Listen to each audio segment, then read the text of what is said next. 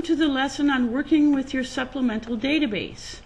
I'm in the Pricebook Center and I've just run a supplier update service through my Pricebook to update my item costs and to create a supplemental database. If you want to know how to create a supplemental database, see the lesson on using a price update service. Now, what I'm going to go do is in the Pricebook Center, I'm going to click on Updates, Supplier Supplemental Database. And I have preloaded a supplier update, a supplier supplemental database. Now how I did that was first by selecting the supplier I wanted to load, and in this case I wanted to limit the load of items to part of whatever description I put in here. So whatever option you select here, you can enter the corresponding text here to limit the load with. So after I did that, I clicked the load button and it loaded this list of the suppliers catalog items from the supplemental database that have this as part of the description. Now, if all I want to do is import some of these items in my price book, I can select the items that I want to import by highlighting them, using my shift option to highlight a group of them, or my control option to select a few of them and just click the export button.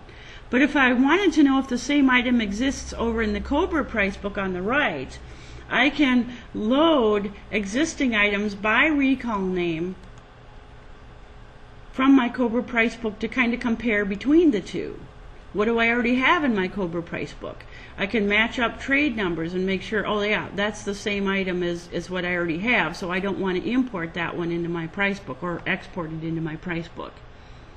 So that is how you can use the supplemental database as an option for importing items permanently into your Cobra price book.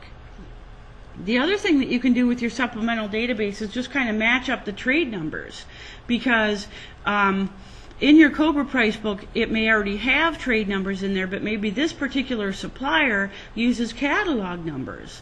So all you need to do to match up trade numbers is to click on the item in the Cobra price book, which is the right list, find the same item in the supplier list, the supplemental list, and you notice that the price book item number is displayed down here. So when I click trade number, it will replace the trade number here for the item with the one in the supplemental database. That way, the next time you run an update service, Cobra will have the proper trade number for that supplier coming out of their supplemental database. One other thing you can do while working in here is to also, after matching up like items, is to create a cost code for the item in the price book. So for example, if I wanted to have a third cost, let's say that this supplier, although this is my main supplier updating this item, I don't want to do that with this item, but let's say that I have a different supplemental database created from a different supplier's update disk, and that's what's loaded here, right? If that's the case, I can match up items here for the Cobra price book to the supplemental database, and if I click cost code, Cobra will create another cost code, or essentially another price for the item from this particular supplier, and then that would appear in the costs tab on the main screen here. This ends the lesson on using the supplemental database.